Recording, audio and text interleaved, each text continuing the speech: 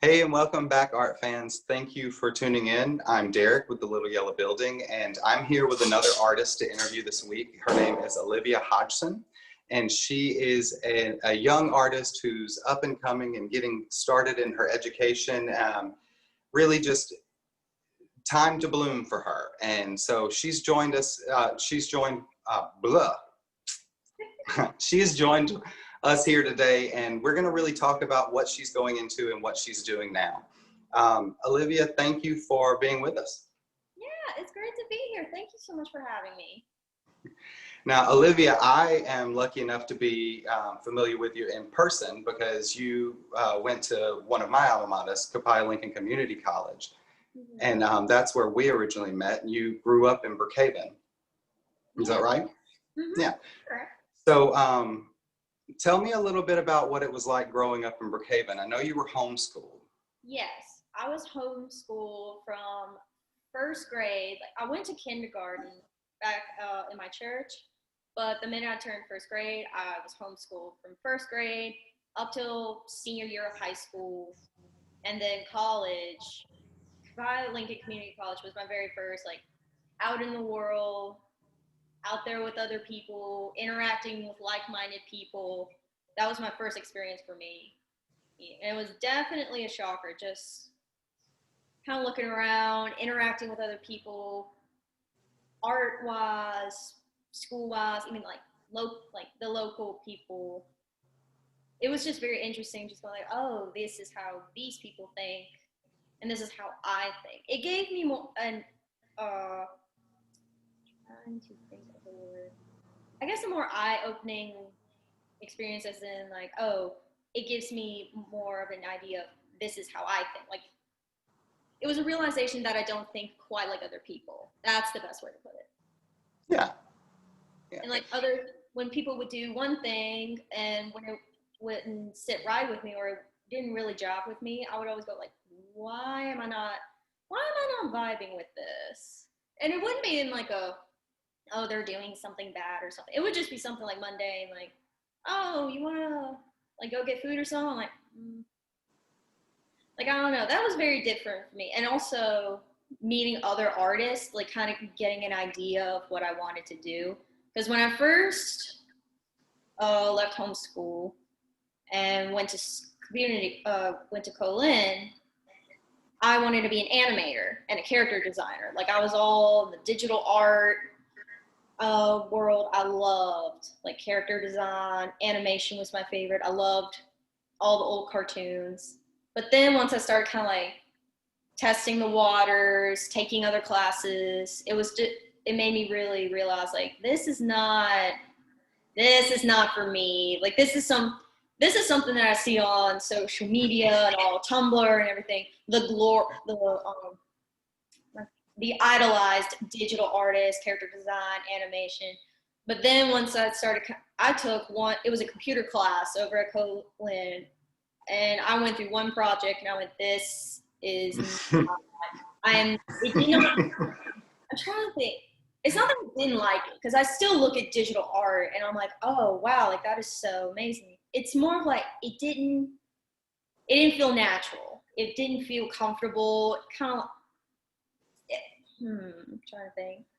For me, it's the repetitive nature. It's doing it over and over and over. Yeah. And I think kind of when you get this is the best way I can put it. When you get a new pair of shoes and it's they're hard and crispy and uncomfortable. I mean, later on you break them in. But for me, it was just that constantly. It was uncomfortable. I didn't really know how to walk in them and function. It was just I need to pursue something else.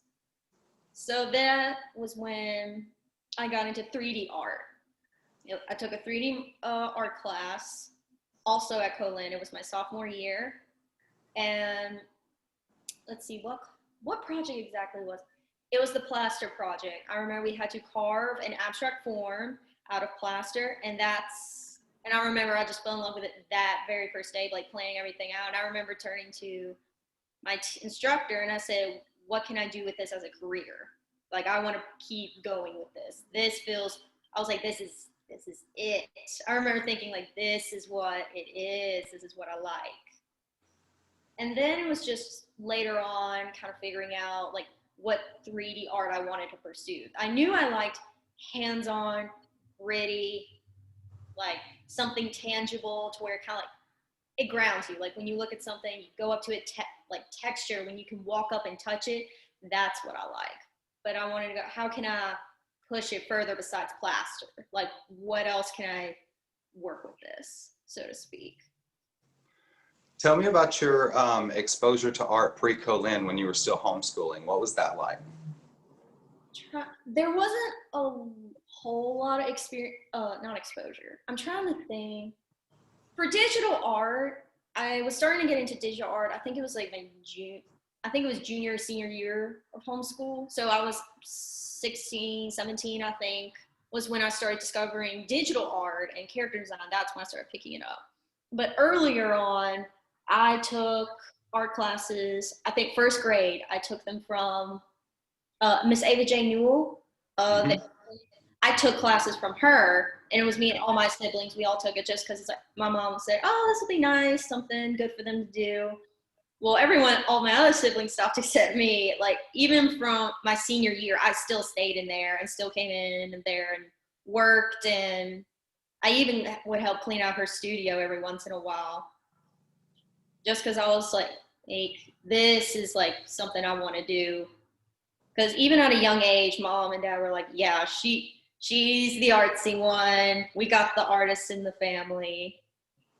And so at the time, like my parents were still like, "Oh, she ought to keep doing art classes." They kept encouraging me to keep going to art classes, to keep learning. And then from 16 or 17, that's when I started discovering digital art and discovering tutorials on YouTube.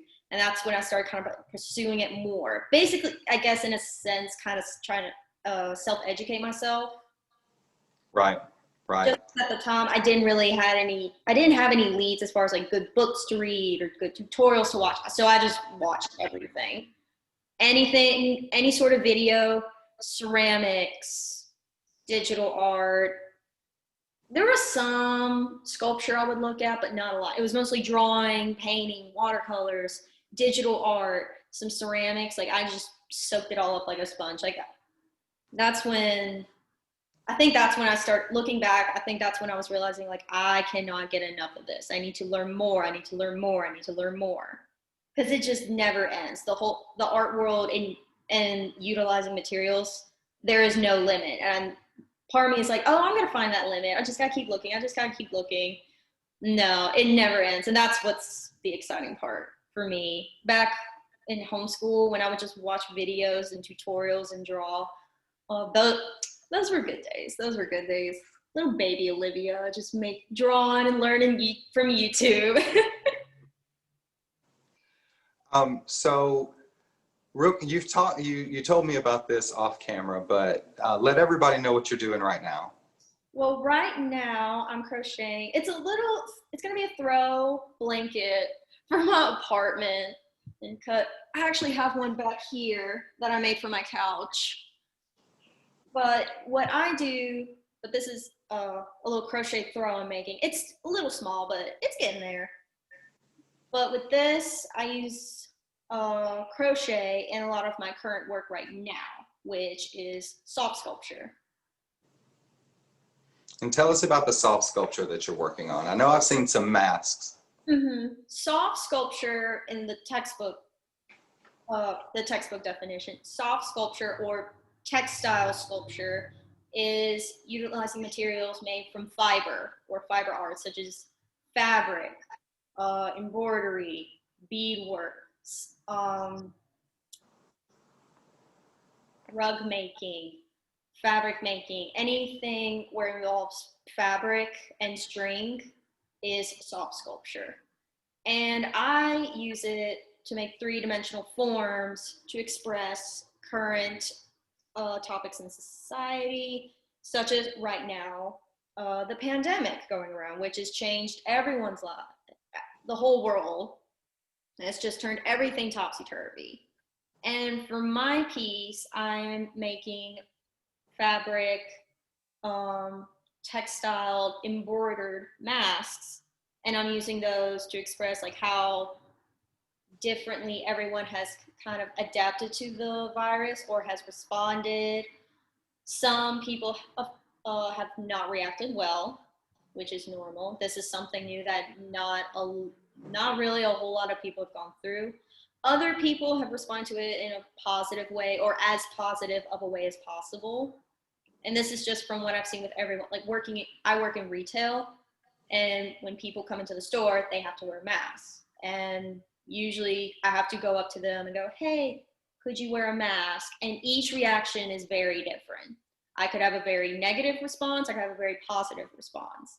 So every time I would leave work, it would always make me think like, this pandemic has shaped everyone in such a different way. And I want to express what this textile, this soft sculpture piece for me, that's what I want to talk about with my piece. Is that something that you're currently working on and wanting to develop, or is that something that's like just sparked up in the moment of the pandemic that you needed to express really quick? It was something I wanted to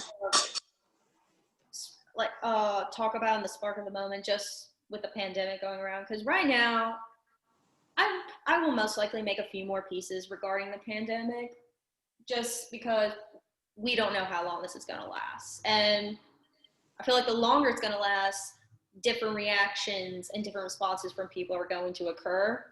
And I want to look at these reactions and record them, try and express them in my own way. Oh, excuse me. And maybe definitely later on with different materials, because I don't have it with me. It's back in my car. I wish I had brought it in. But I made, in my ceramics class, I took a ceramics class earlier in the summer. They said the assignment was, you need to make a teapot with matching teacup, a whole teapot set, and talk about something that's important and something like a current event. And I went, oh, COVID.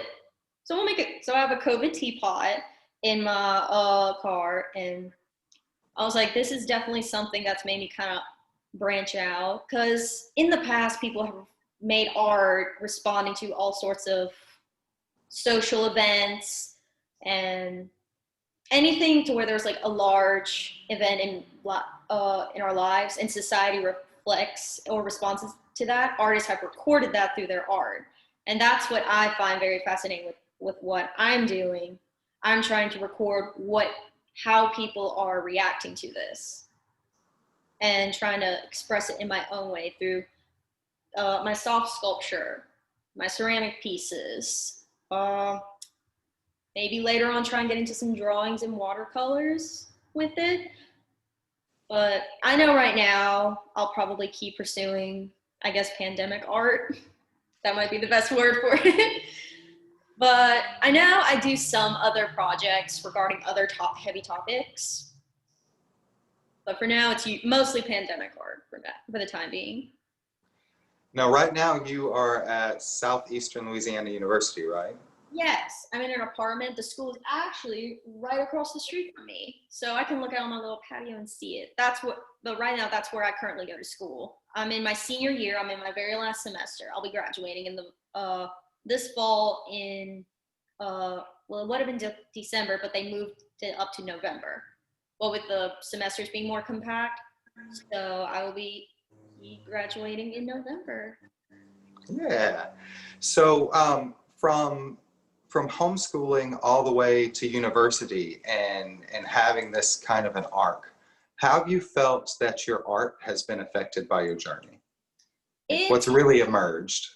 What has emerged a lot in my work over time is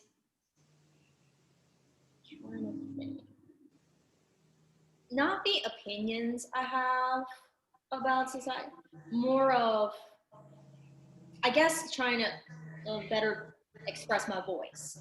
Because earlier on in my career, in my art career, back when I was homeschooled, I wouldn't talk about stuff that bothered me. I would only draw stuff to cope with what was bothering me. I never used art as a way to voice any problems or any sort of situations I was in.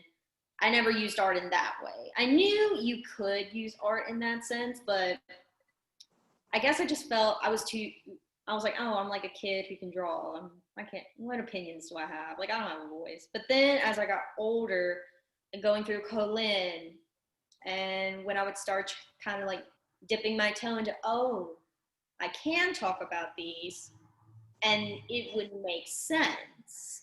And then later on, I became president of the art club. And then that also kind of like, oh, I can actually do this. Like later on, my confidence just started growing where I was like, I can talk about this and not be scared about what people are thinking, because if they do not perceive my art or me in the way I perceive myself, boo-hoo, cry me a river, I'll go somewhere else or go bring my art to someone who will perceive it in the way they find appropriate to where, but I lost my train of thought. But yeah, essentially, I started over time. I started getting more confident. Like as I've gotten older, now I've just gotten to the point, like even outside of the art world and outside of my art career, just being me, just being a young woman, I've gotten a lot more confident. And like I go out and do things I normally don't do. Like I went out to a party. Never would have caught me doing that years ago. Went out and socialized. Like my younger me's jaw would have hit the floor if they heard me doing that. Dressing up like this, younger me would have never perceived that. Probably would have laughed at it. Like crazy makeup, like crocheting, wearing black lipstick. Why? But now I'm just like, why not? I'm not here for a long time. I'm here for a good time. So that's what I've noticed in my art. Like I've gotten more confident. I'm more expressive. Like, oh, this looks like some sort of weird burnt quilt, but it's relating to what I'm trying to talk about. So who cares if it looks like a burnt quilt? So over time, I've definitely seen I've gotten more confident. And then I've started noticing there are other problems, like how women are perceived in the art world, especially in sculpture, because sculpture stereotypically is a quote unquote a man's craft, where it's usually men go into sculpture, and usually it's just like right now in my senior class, it's only me and another girl, and she's a good friend of mine. So we're both just kind of like, okay, we'll get through this and we'll kill it. Forge the future. Make your own. Yeah, exactly. So I was like, because a lot of people are like, oh, like, because when I told them I wanted to get into sculpture, they went, don't you want to draw? And I went, I mean, I can draw. That doesn't mean I want to draw. Or they're like, oh, well, what about watercolors? So I said, like, they're nice. Watercolors are nice. Not saying that watercolors are bad. It was just, I knew it was not for me. And I was like, watercolors? Oh, go ahead. They wouldn't accomplish what you need to accomplish. Exactly. It wasn't it wasn't the megaphone loud enough for what I wanted to talk about. I think that's the best analogy I can put. So with sculpture, I was like, okay, it's big, it's loud, it's colorful, it's in your face. You can go up, you can touch it. If you want to walk up and I've had people go up and smell my sculptures. I don't know why they have. If you want to smell a sculpture, yeah, okay. You know, so that's what I like about using sculpture, and also utilizing it to where like like today's problems when they're like, oh, a woman can't sculpt. And I was like, you know, I'm over here.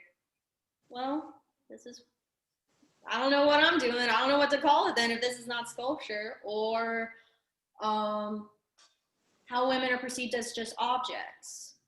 Sculpt something about that. And people will go up and go like, oh, that's just an object. And I'm like, that's what you call a woman. That's how you treat a woman most times. But, you know, no one wants to talk about that. They usually don't want to talk about that. Just because then they realize, oh, I've been perceiving a woman in the wrong way. And then when you start doing that to people, that's when you know your art's in there. You start ruffling all the right feathers. Once you see all the right I people. cannot tell you how many feathers I have ruffled. If I do not at least slightly offend or full out offend at least 2 people during an exhibition, I didn't do a good job. I did not have a good body of work. That's what I like to call it. That's a fun goal to have. Thank you. I try. A lot of people, like a lot of artists, and like, this is your work. You know, not saying that you can't have fun, but they're like, oh, you need to be more serious. You need to spend hours. You need to spend night and day in the studio. And I said, I don't spend night and day. I spend nights. Like, I stay up. I'm basically nocturnal. I'll sleep throughout the day when I don't have work, and then at night, I love working at night just because it's like, you know, no one's awake. It's just me. It's just me, this little apartment, and all my thread and string and needles. Like, let's see what we can do. Or my sketchbook. I'm like, let's see what we can do. I don't want to go through my career feeling like I'm just working. Like, oh, I just absolutely need to talk about this. I'm like, no, I want to talk about this. I want to have fun. I want to ruffle feathers. I want to go through this like a rock star, just making a bunch of art and maybe making a few people mad. Just have fun with it. So what do you see as your next step after Southeastern?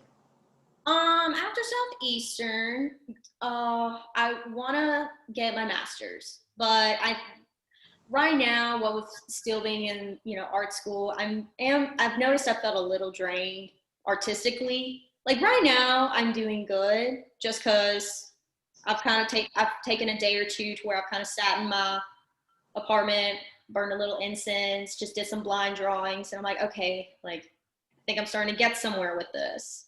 But I can definitely feel myself getting drained, so I'm probably going to take about like a year or 2 off just to solely focus on art, solely focus on building a good body of work, you know, have some of my peers come over and critique so that I can fine tune and everything. And then later on go to and get into a master's program for sculpture. And then after that, I want to teach art. I know I definitely want to teach art just because when I was younger, I didn't really have that, you know, that art figure you had in your life that you looked up to. Just because I was the only artist in my family, I didn't have anyone in my family to go up to and go like, hey, like, look at Leonardo da Vinci's drawings. Like, isn't this cool? Like, oh, look at Judy Chicago. She made a dinner plate with female genitalia. Like, oh, whoa, that's crazy. But, you know, in my family, I couldn't really talk about that just because no one else was an artist, so they wouldn't really understand. So I never felt like I had that role model in my art career to look up to and to pursue. And then once I got into Colin, I know Janet Smith and Mr. Brady were definitely my role models. Mr. Brady definitely inspired me and taught me how to work hard, and Janet taught me how to play hard. So those 2 were my big role models. And now when I look back, I'm like, I want that for someone else, for just a bunch of kids coming in and going like, oh, I don't know how to do art. And I'm like, just do it. I'll teach you the necessities later. Just draw something for me, or paint something for me, or sculpt something for me. Like, I want to see what you can do and then hone it and go on with it and just establish a relationship with younger artists. That's what I want to do. And even I've honestly thought about trying to go to the Brookhaven School of Arts and trying to talk with the kids, as in like, kind of like, oh, this isn't somewhere you just need to go just to get some art credentials or just to do a little arts and crafts and then just be done with it once you're in college. Like, keep going with this. Like, I guess when you're younger, you feel like you can't build an art career just because you're like, oh, like, I have this art that I can share with my friends, but not like someone that's had experience in the art world and know their way around, to where that can be kind of discouraging for them. And I want to come in and go like, no, like, you can do this. And this is great. Like, oh, you want to show your art to some higher ups? I got you. Like, let's see if we can work something out. That's what I want to do, is just talk to younger artists and go like, keep doing what you're doing. Like, do not stop. Because I remember when I was younger being so discouraged art-wise. I remember going, what am I doing? Like, why can I not be like God, I don't know, an accountant or something, like something that is quote unquote a stable job. Like, I don't know what I'm doing. Like, this is just like arts and crafts. Like, am I not gonna make a career out of this? But I want to, but looking back, I'm like, no, I would have told younger me, like, no, like, keep going, do not stop. And that's what I want to do for younger artists later on. That's what I would like to do. And also teach art, just because art in college, oh man, it's so fun. Art in college, kids, that's a whole nother world. And I love it. I really do. That's when you start to really get to play. Well, in the early parts, it's the buckle down and learn your stuff. But you know, that's with anything. My students, one of our big hurdles, actually two of our big hurdles, you kind of have gone over. One is we're now living in an Instagram society, and it's a very fast-paced society, and people have pictures up every single day, new art, new art, new art, this, that. They're working on this project and that project. It's overwhelming for them, and they think that they should be done with a fine art piece in 30 minutes because it's up on Instagram. The other hurdle is, yeah, it's learning all the nitty gritty and then exploding with everything you've learned. Mm-hmm. So going back and watching that and getting to see that grow is one of the most beautiful things. And I wish that for you. When you go through the world, like whatever you're going to do, you're going to teach somebody, and you're going to get to watch them and have those little fireworks explode off. And it's going to be beautiful, beautiful moment. Okay, so we've talked about growing up, and we've talked about, you know, school and what you're doing in school, and a little bit about where you want to go afterwards. Tell anyone that say they can't get to your Instagram or they can't get to your Facebook or anything like that to see your artwork right now. Tell them what you're saying. With what I'm saying through my work, I say a lot of things through my work. Like, I'll admit, I'm young, I'm a woman, I'm angry to sometimes, like, looking out on stuff, like going through Twitter, seeing like how people are arguing and everything. It's like this is unfair. I'm mad. I need to make a sculpture about this. Like, I'm getting a little peed off. But I guess through my art, I guess I'm trying to express like, because with each series I've gone through, it's different. Each voice is different through each piece, or not each piece, but each series. There was a series I've made where I was crocheting pieces like afghans like this, and then putting them on canvas and making them like a kind of like a Rothko type of piece, and trying to bring back the pop art but make it more textile. Trying to bring two very different art styles and bring them into one. And with that one, I was trying to talk about kind of like reverting back to old ways, reverting back to patterns, because we've gotten a lot, and this is what I've noticed with a lot of millennials, like a lot of people my age, where once we've gotten into a routine, like you wake up, drink coffee, go to work 9 till 5, come back home, sleep, maybe eat some food, repeat. It just becomes a routine. And some people find comfort in it, but then at the same time, a lot of other people, it scares them. They're like, and a lot of times it scared me as well. Hold up, there we go. And a lot of times it scared me as well, to where I was like, I don't want to keep this routine up. Like, I don't want to keep going to school sometimes. Like, there's some days I'm like, I don't want to keep waking up and going to class. Like, I don't want to keep waking up and going to work. Like, I cannot keep, I can't keep doing this forever. Like, I don't want to be caught in a rut. But with those pieces, I was talking about finding comfort in routine. Like, say you're in a routine, or you're in a moment of your life where you feel stuck, or you're like in an art block where you try and get the pen in your hand, but you just can't draw. It freaks a lot of people out, or it'll freak a lot of artists out. And it's like, no, like, if you can't make art that day, it's not the end of the world. Like, your career is not over. It's just a rut. So it's excuse me, it's trying to find comfort in the routines in your life. That's what I was talking about with those pieces. And then with others, such as, like I said, these textile face masks that I'm working on, talking about how other people are reacting to this huge world phenomenon happening on right now. And I don't know, with each piece, it's kind of, and this is something that a lot of my peers have talked about, like with each piece, it's different.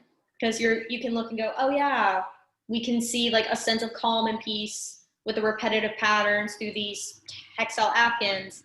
But at the same time, we can see how each personality is different with each textile mask. But I think my overall voice through all of my pieces is just to just get hands on, just make it. That is my one driving instinct. There are a lot of days I can't explain it. I don't know have a logical way of doing it. I just wake up. I'll sometimes wake up at 3 a.m. I'm like, I need to make something. And then I don't plan it. Some days I won't even draw it.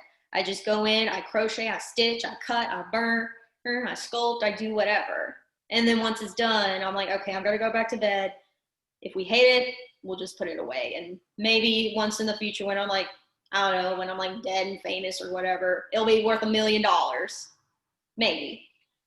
But then there will be pieces where I'll wake up later and go back to it. And I'm like, yeah, how can I refine this and take it up more? It's just that one driving instinct to keep making, to keep going, to keep creating and talking and expressing.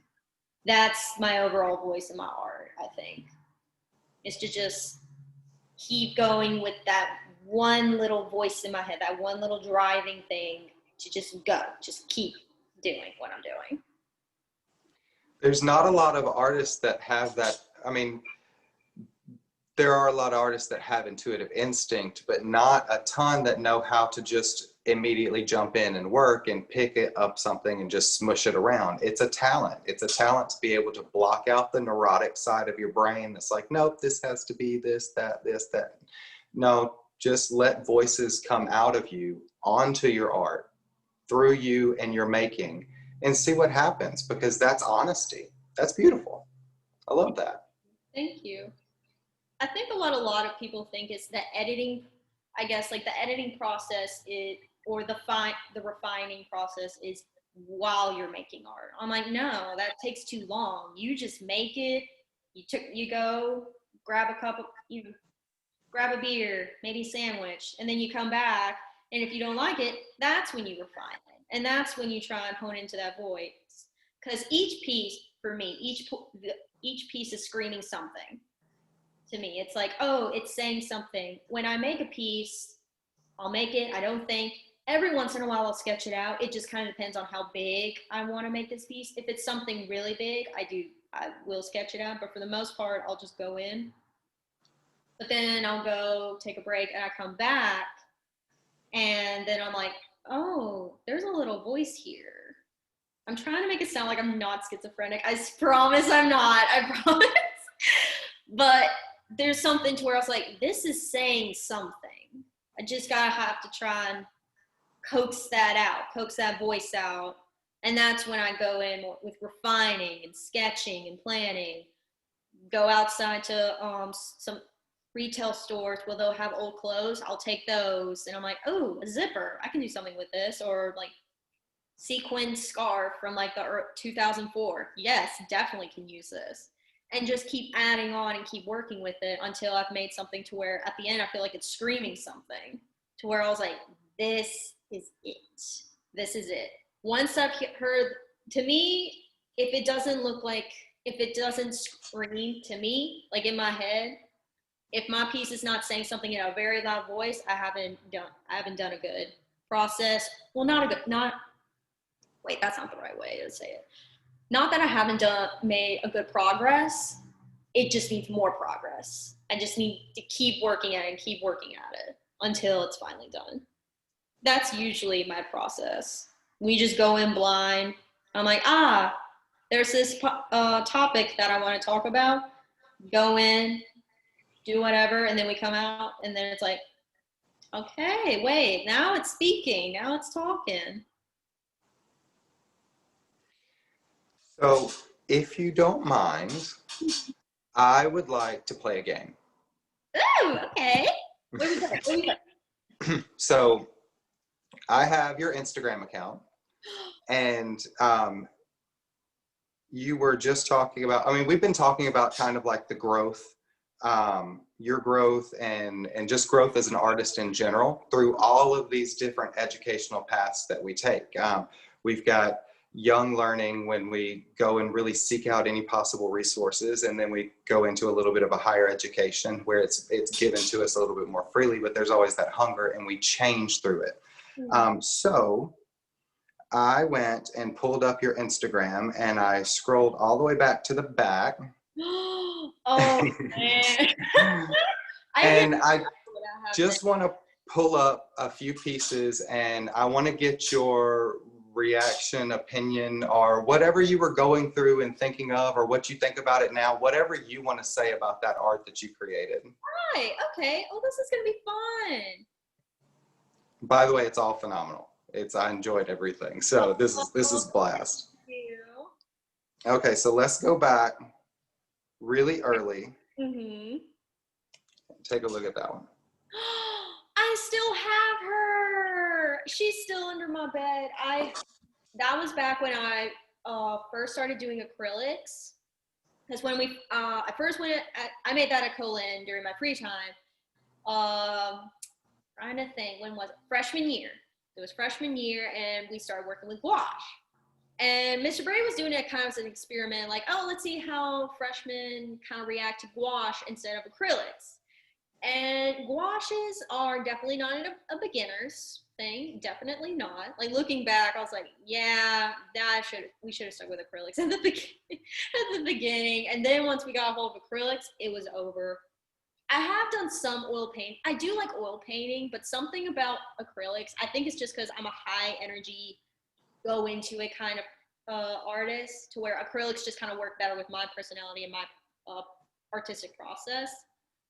But that was like going into, and I think that was my very first Black woman I painted. It was, yeah. Oh, I miss that little painting. I need to go and find it though. I'm honestly might hang it in my apartment. I love that little beautiful painting. Thank you.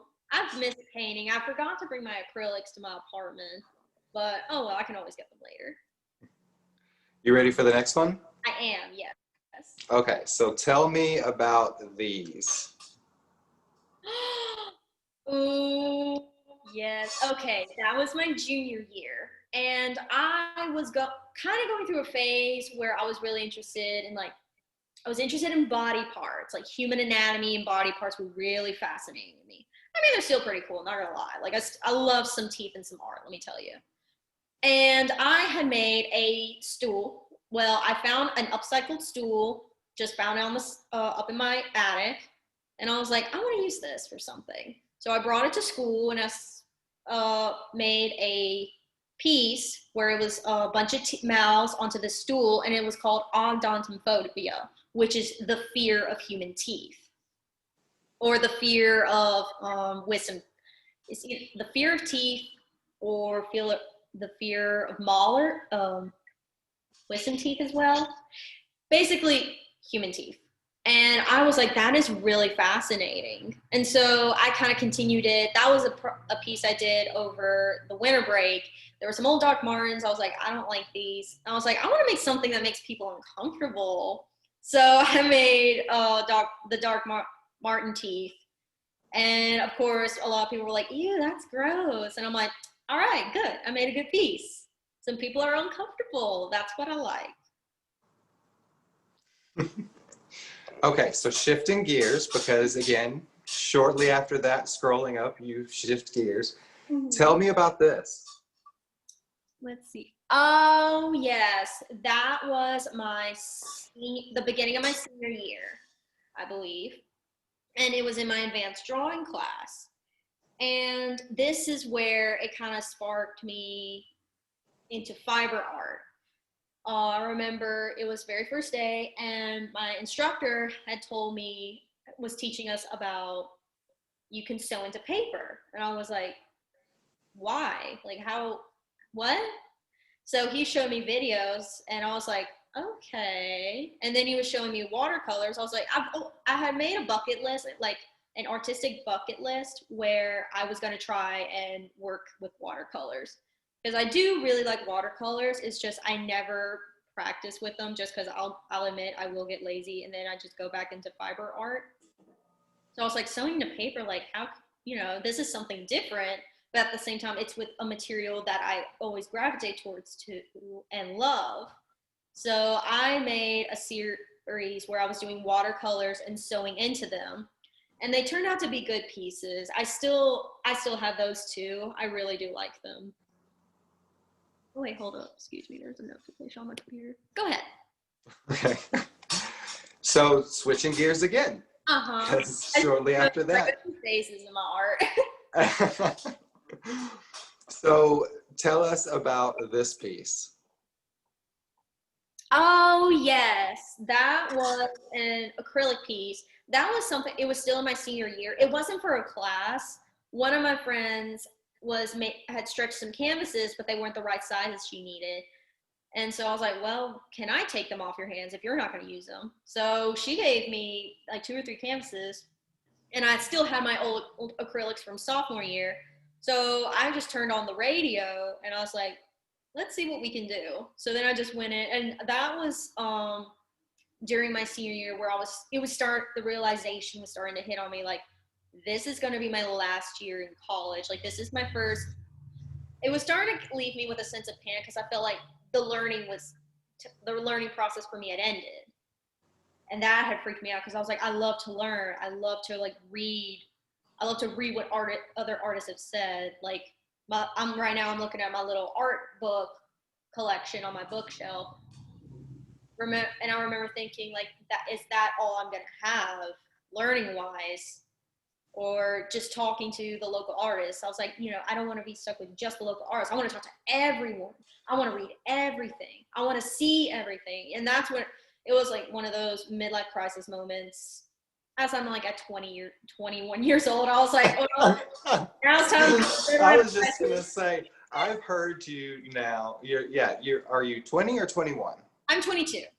22. Okay, but I've heard you now, like, you've hit the midlife crisis. What else did you say? Oh, my younger self. You said my younger self so many times. I'm like, oh. I know. I say that as if it's been like years and years ago. I'm like, younger me. Like, if it's 4 years ago and younger, I call that younger me. But now I'm like, if it was 4 years ago, like freshman year of me, I was like, that was still. I'm trying to think of it. That wasn't younger me, as in like, oh, that was like my baby artist stage, where I was still like, oh, she's still learning. Like, I'm 22 years old. I'm about to graduate school. I'm still learning. Oh, you're gonna learn. Yeah, for the rest of your life. I'm still YouTube. Oh, go ahead. It's no, I was gonna say something that I thought was encouraging. No, I was younger. Excuse me. What was it? It was like 2 or 3 weeks ago. It was back at summer. My ceramics teacher was like, I was saying, can I Can I put greenware ceramics? Can I put in a fire in my backyard and put biscuit thin? And he's like, I mean, like, maybe. And I was like, that's all I need. I'm about to prove you wrong. And I did. I went into my backyard. I had a little fire pit, and I was like, I'm hoping no one's using this, because it's mine now for the next 3 hours. So for 3 hours in the hot sun, I just learned. I had my little sketchbook. I was writing notes. And that was kind of a reassuring way, aside from the painting, because that was when I was like, I call it my midlife crisis. It's more like, oh, I'm young. I feel like the learning stage is over. But then when I was literally biscuing greenware in my backyard in 90-degree weather, or And when they turned out really nice, I'm still learning with that. I think once I've graduated, I'm going to come back to Mississippi every once in a while. And I'm going to probably try and take a few, maybe sneak a few slips away from Miss Janet if she will permit me to, and see if I can try and experiment and play around a little more. But that's when I was like, okay, like the learning state, it's never ended. Like I'm gonna be fine. But back then, I remember thinking, I'm not gonna be fine. This whole learning thing's over. I am sad. I am anxious. I do not know what to do. But now I'm like, we still don't know what to do, but that's fine. We'll be fine. It's great. You're brave enough to try now. I think that's what I was going to say was, it's understandable that you would refer to yourself as your younger self, because the mental growth that you take in this section of your life between the time when you leave high school and then you start identifying a self and really figuring out who that is and how it can interact with the world, and how you can take that self and integrate yourself with the world. How can you be useful? What can you give back? Yeah, that's a huge arc of learning. And it feels like a lot longer than it is. It does. It feels like eons and eons before you're like, okay, I kind of have an idea how to navigate the art world.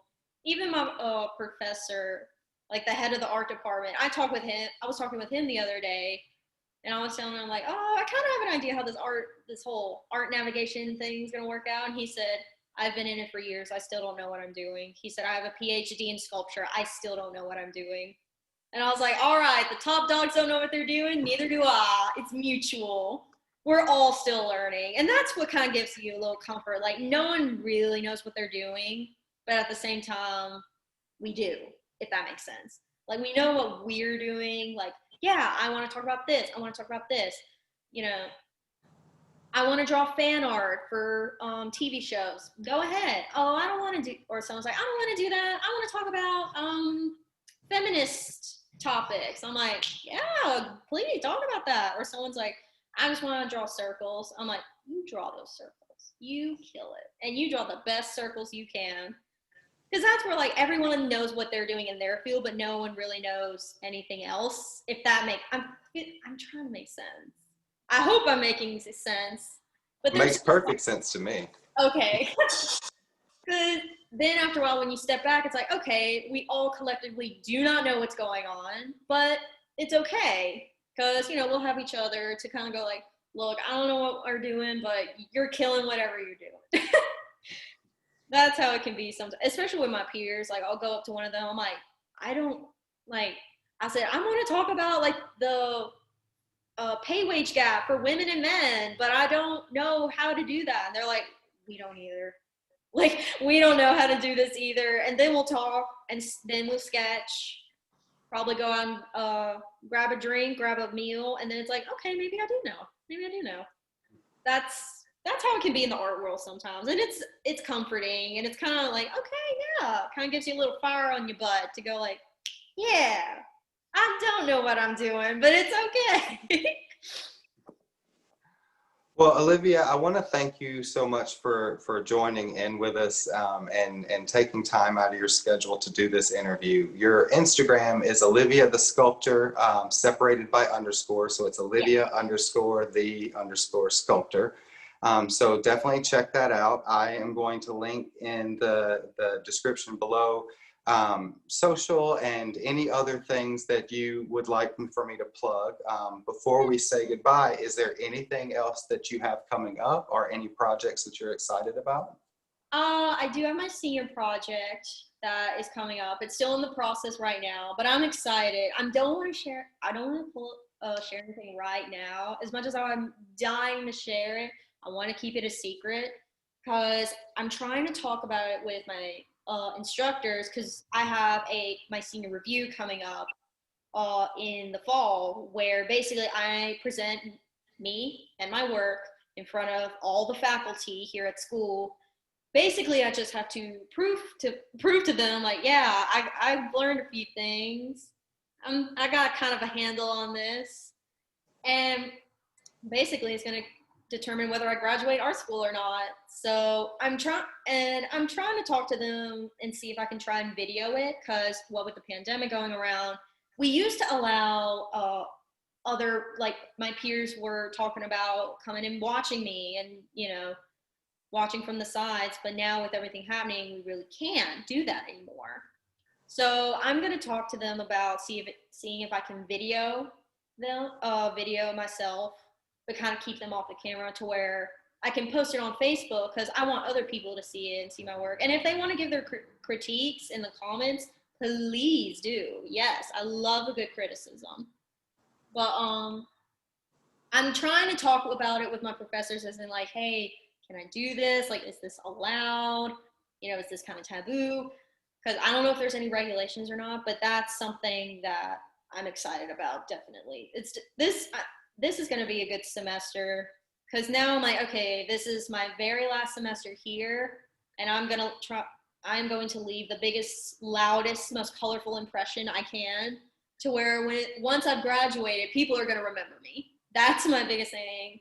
I'm like, all right, let's see if we can leave a nice big old thumbprint here at Southeastern Louisiana University.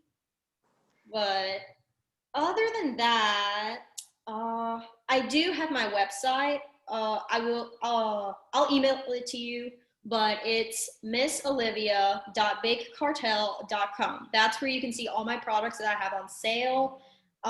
If there's anything as far as like, if anyone out there wants to commission me, say you see one of my blankets where it's like, those colors are tacky, message me. We'll talk about a color scheme. We'll talk about negotiating prices. If you baby doll head earrings, if baby doll heads freak you out and you just want regular earrings, just email me. I would love to respond, love to talk. But other than that, I think that's about it. Yeah. Well, maybe we can get you back after you've gone through your whole educational process and presenting, and talk about that, because there's going to be people coming up and they're going to go through that exact same thing. So, well, thank you again, Olivia. For everyone who's been watching, thank you for joining us back at the Little Yellow Building. You can check this out along with many other interviews at the Little Yellow Building at spotlighton.com. I will see you later, and we're out.